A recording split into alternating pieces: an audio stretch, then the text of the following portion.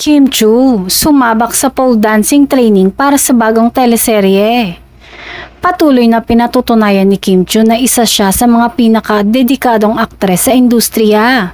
Matapos niyang isiwalat na nag-training siya ng pole dancing para sa kanyang bagong teleserye na ipapalabas sa Kapamilya Network.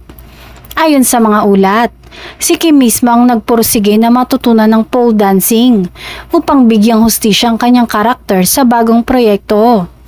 Hindi biro ang kanyang pinagdaanan mula sa matinding body conditioning, pagbuo ng upper body strength hanggang sa mahirap na routines na kailangang aralin at maisabuhay. Sobrang hirap pero gusto kong maging totoo sa role ko. Hindi ako pwedeng umarte lang, kailangan matutunan ko talaga. Pahayag ni Kim sa isang panayam. Bagamat wala pang opisyal na detalye tungkol sa kabuuang tema ng serye, may mga lumulutang na espekulasyon na isang dancer o performer ang papel ni Kim, isang role na malayo sa kanyang usual sweet girl next door image.